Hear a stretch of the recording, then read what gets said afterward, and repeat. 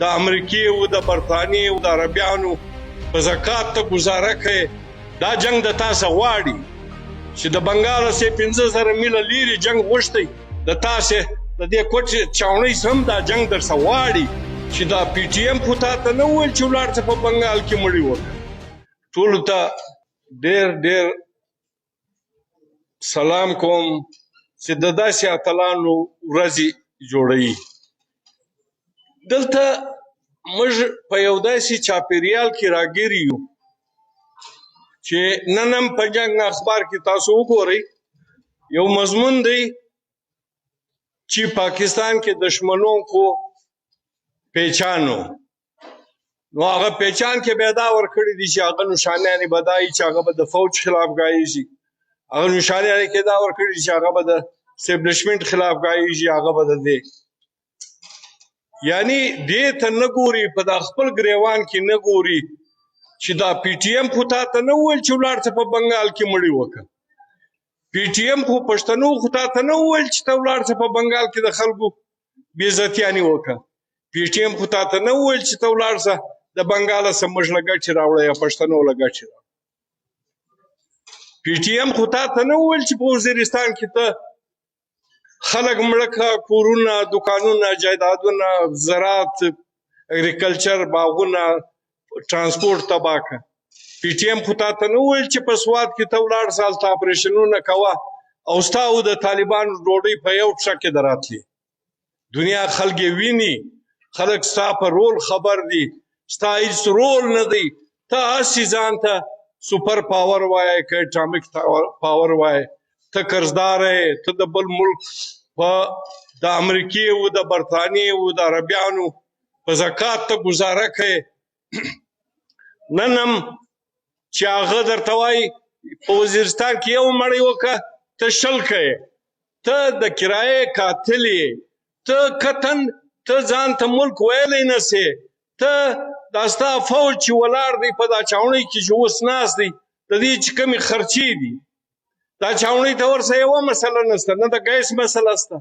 نه د بجلي مسله شته نه د صفایي مسله ده چې مازې تر د حبیب نالې راواویشتلې دلته کچرې هم پرتې دي دلته روډونه هم هغه شپه زه زموږ یو خورګۍ په دا کاسیانو کلا کې د ناجوړه ده وړمه شپه زه پوښتنې له ورتلم دا سیټي دا د میزار مارکیټ څخه دا روډ داسې و لکه په لاس چې مات او دلته میونسپلټۍ ده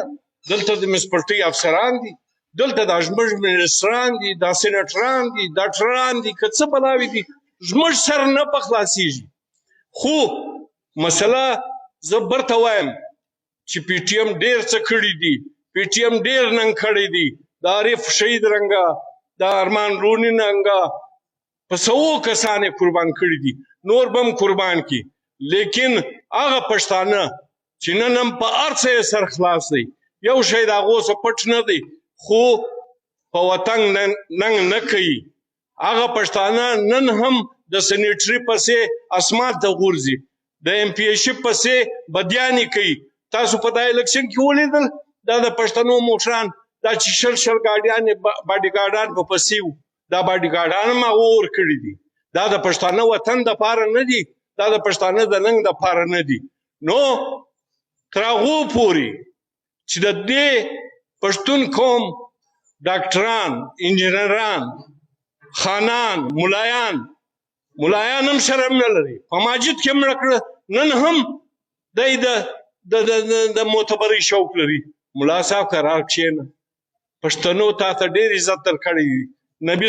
نبي په مسله یې ته کښېنولی ستا پسې منځونه کوي ته د هغه خاورې د هغه وطن د هغه خلکو خلاف ته شپه ورځ لګیایې دغسې دا زموږ خانان دا ایم پیګان دا منسټران دا څه بلاوي دي دا ټول ووټ راکه نوټ واخه دونې کوچني خلک دي دا غټ ګاډیو ته یې مه ګورئ دا بنګلو ته یې مه ګورئ دا دومره ضعیفه دي ذهني طور دومره او چې کښېني قرآن شریف باندې دی خبر دی په حدیثو دی خبر دی د پښتنو په تاریخ دی خبر دی خو دشمن نه په ګوته کوي رښتیا نه وایي دا جنگ د تاسو غواړي چې د بنګال سه 15,000 میله لیرې جنگ غوښتی د تاسو د دې کوټ چاونۍ سم دا جنگ در غواړي هر څو چې سترګې پټې کې د عارف شهید رنګه به ګولۍ پر سینه خورې یو عارف شهید ته بیا سره ګلان پېښوم